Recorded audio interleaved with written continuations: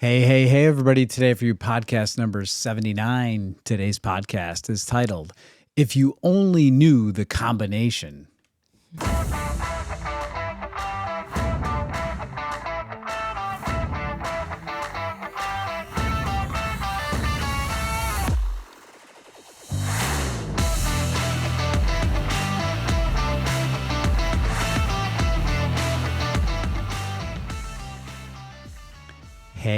Hey, everybody. Welcome to this week's edition of your weekly Limitless Life Network podcast.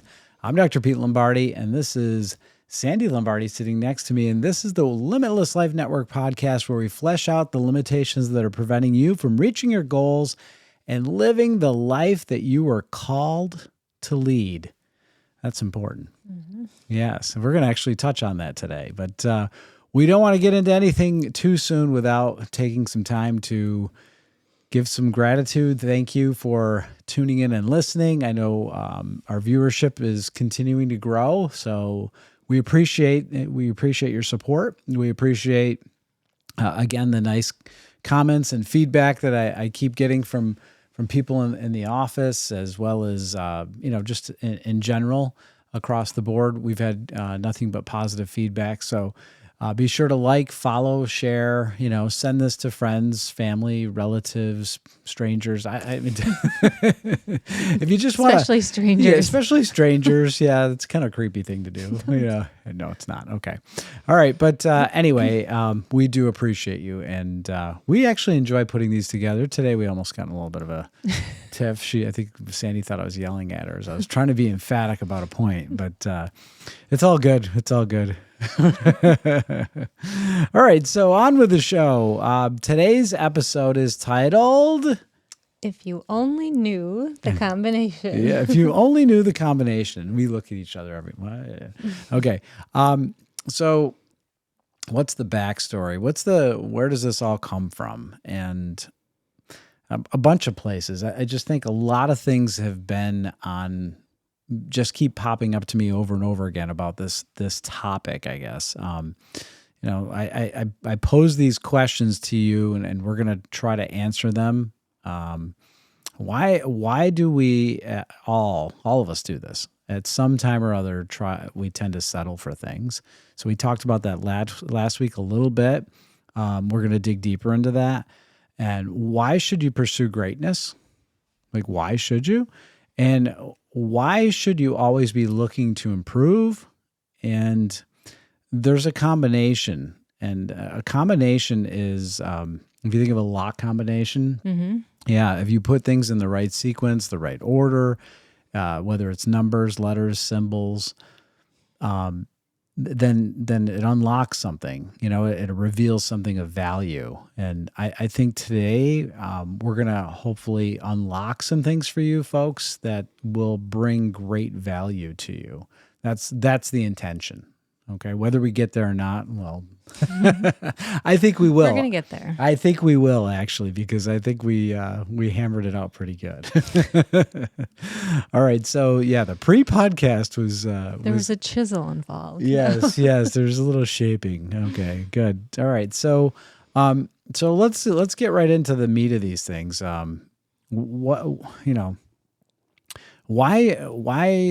is it that people just sometimes they just don't give their all, and they just, settle for like, oh, that's good enough, right? Why do you think that is? Do you want to get into point one? Well, point number one, we're going to get into it, but, we were talking about it with you even, mm-hmm. Sometimes you're like, well, what did you say? It doesn't, it's not important to me. Exactly. It's not important to me. And so that leads us to point number one, which is, does it meet your values? Right? Mm-hmm. So if it doesn't meet your values, then guess what? Maybe we shouldn't be saying yes to certain things if we're not going to do it top notch. Right. But it doesn't meet your values. It is not important to you. Mm-hmm. That's what determines if something is really important to you or not, is whether it meets your values. If you don't value your health, it's really a challenge for you to do anything health related. Mm-hmm. And it's always going to fall short. I mean, you can't make somebody value something. And for anybody that's listening, like we've done this different exercises, like I know what my top values are. So it's an exercise. If you don't know, you should sit and spend some time. Like, what are your values? Because that's key, I think, in accomplishing this. And I had a conversation yesterday with someone. I'm not going to name them, but that was the conversation. They had a slip in their health, and I said, "Well, what happened? Why did you do that?" "Well, I don't know. I just got into a funk, and I just kind of let things go." And I said, "Well, why?" And they didn't know why. And I said, "Well, what are you looking forward to?" And they said, "Retirement." Okay. And I said, "Great. What are you looking forward to about retirement? What are you going to do when you retire?" Like, I was waiting to hear, if you're looking forward to this, there was this big agenda, right? Like, there was something we were looking forward to about retirement. And they said nothing. They were honest, and they said, "I'm not looking forward to anything. I'm just looking forward to not working anymore."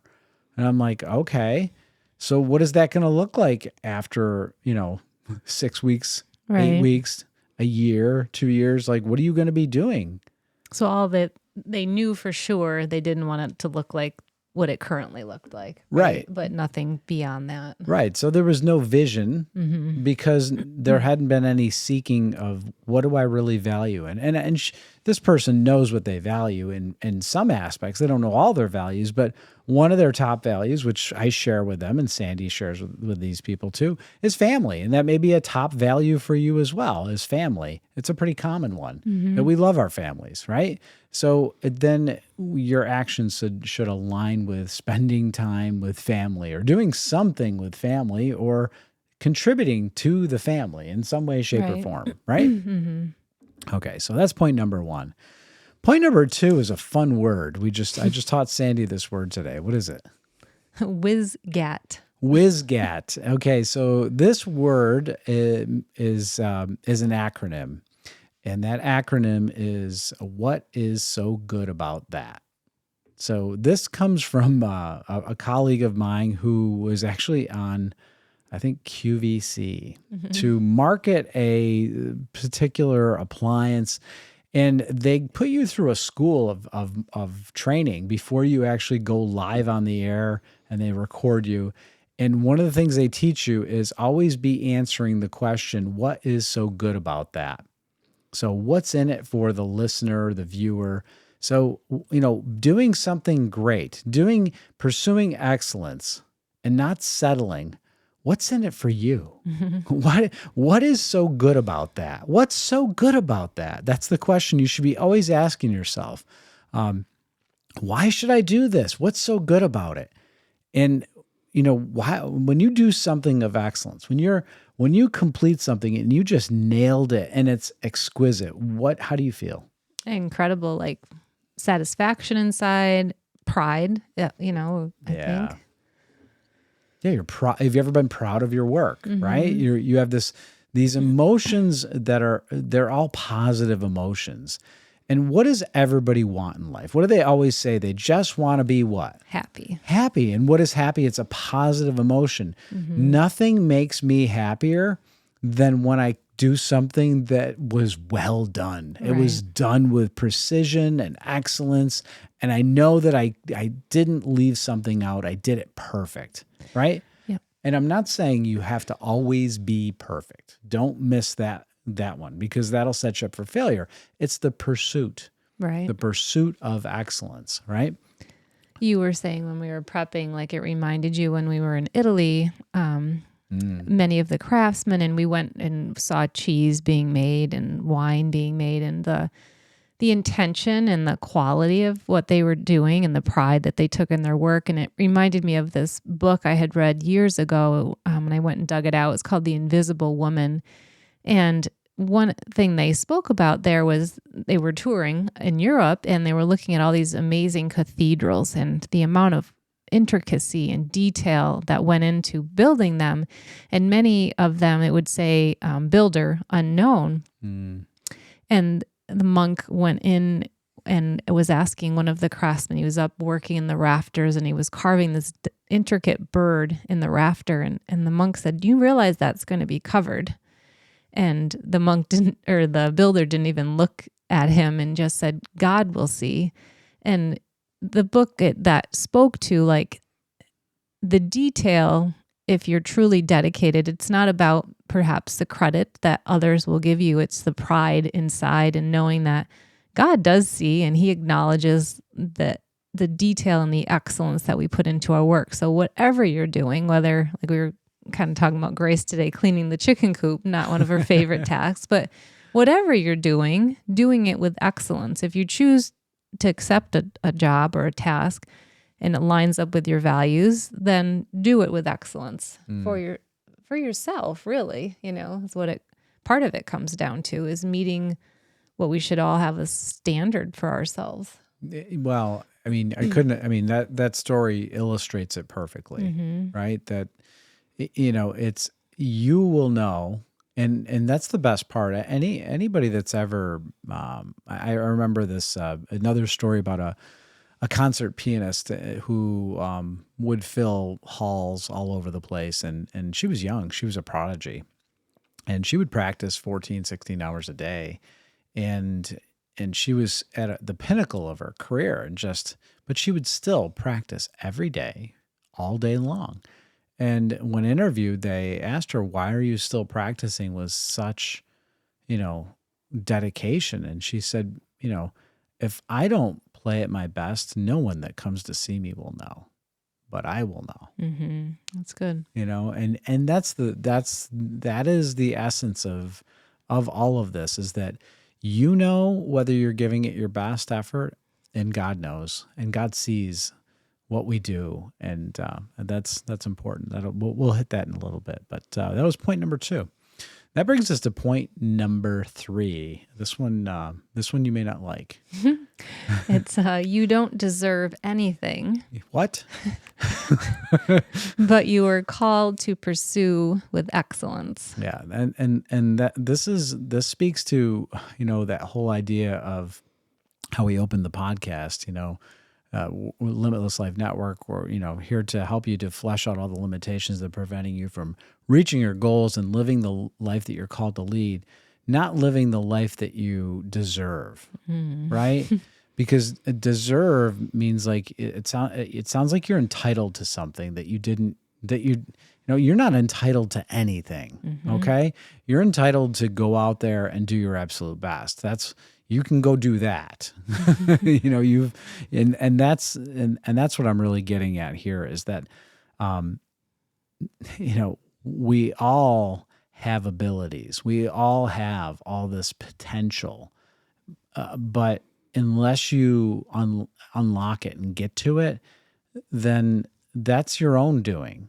We live in a culture today that's, self-destructing because we're so worried about everybody that's not living to their potential, and we're giving them things. Everybody's entitled for all these different handouts, so to speak. And I'm not saying not to help people. That's not my point. My point is that we've gotten carried away with this whole deservedness. Oh, I need to raise my level of deservedness. You'll hear a lot of gurus tell you that you need to build your level of deservedness. No, you need to understand that you have all the ability to go out and do a better job. You can improve yourself. Like, I deserve a break. I deserve a vacation. I deserve some dessert. I deserve a treat. We can go on and on about all these things that people say that they deserve. Why do you deserve them? What did you do? Did you clean your room today? Is that why you deserve a treat? Like, what are we trying to do here? Bribe you? Is that what you have to do? You have to have bribery to get you to do something? Isn't that what terrorists do? They hold out for the higher demands. Right. Like, I want chocolate cake and ice cream because I made my bed. Like, no. Right. No. It's your bed. Make it look great. Wouldn't you be proud of it? Right. All right. So that brings us to point number 4. I'll stop berating everybody. Okay. What's point number 4? Looking at yourself through your parents' eyes. Through a parent's eyes. Yes. So this is a concept I keep coming back to, and this is something that I want everybody to start to do, and that is look at yourself as if you were your parent. and make yourself proud. Right? So that's the thing that I see as potential in my children. I see all of this potential, and it was really hard watching them grow up and squander it, and not always live up to it. They did great. I'm not at all disappointed in my children. They're fantastic. But you see the potential. They may never get to 90% of it, or maybe they will get to 90%. And there's that 10% you still see that they're capable of. And that's in you, right? So God looks at you. God looks at me. And God looks down at me and says, oh, Peter, oh boy, I've given you all these tools. What are you doing with them? You have internet, you have cameras and computers. Like, get out there and tell my story, please. Right? Right. So, we have all this potential. And what do you see when you look at yourself? Make yourself proud, right? See the potential, right? See your potential, because I see it. I see it in you. I see it in my kids, but I see it in other people. I'm like, wow, they're so gifted. I wish they would see how gifted they are at this, right? Right. I see all this potential for you to be stronger, to be healthier, to be smarter, to be fitter, to be happier, right? All of those things, to have a better life, to have a better marriage. You have all that potential. What are you going to do with it? Yeah, and I think how he must feel when we default to some limiting belief we have and fall back on that. We settle for less than we're capable of, and how disappointing that is to God as our Father, and how, we think as parents, we see that, that disappointment. So very good. And I think that part there is like, too, like, all you really care as a parent is, did you try? Did you try your best? Did you at least give it an effort? Was it a good effort? Like, did you at least try, or did you just not participate? Like, that's the part that really bugs a parent, is, at least to me, it's like, you didn't even try. Like, you didn't even make an effort. Well, but that minimal effort is also extremely frustrating, right? As a parent, like, oh, that wasn't your best effort. Yeah, right? And we know of ourselves too. So it's just a mirror moment where you can look at yourself, right? Okay, that brings us to point number 5, which is, this is the home run right here, right? And point number 5 is, the key to unlock all of this is based upon really one thing, and that is your faith in your identity. Understanding who you really are. Understanding that you are a child of God, that He didn't make you in an inferior way, right?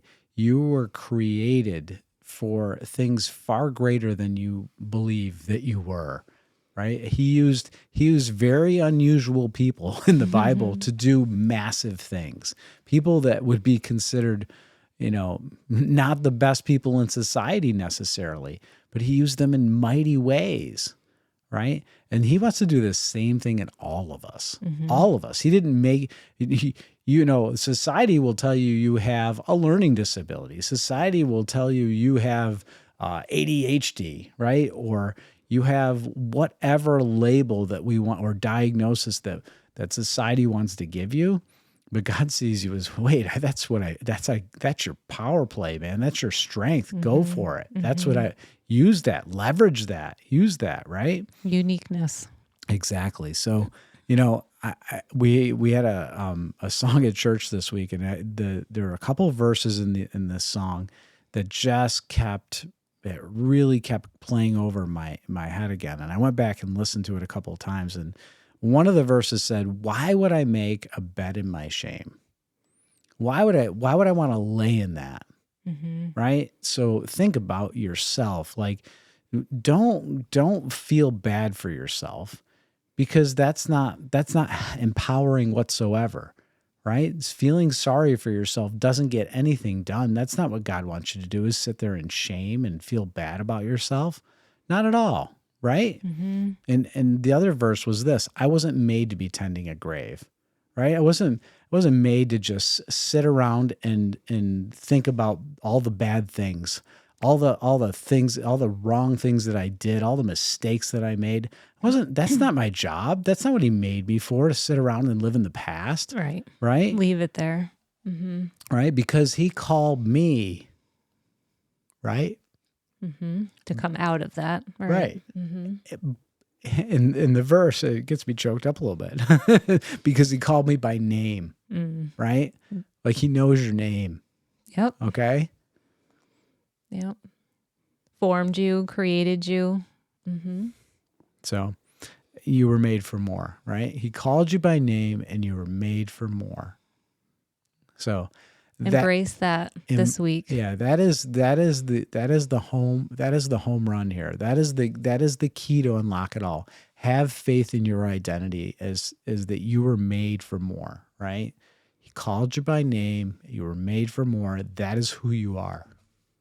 Stand on that. Faith, that is your battle cry this week. That is your battle cry for the rest of your life, right? Just know that you are anointed that way.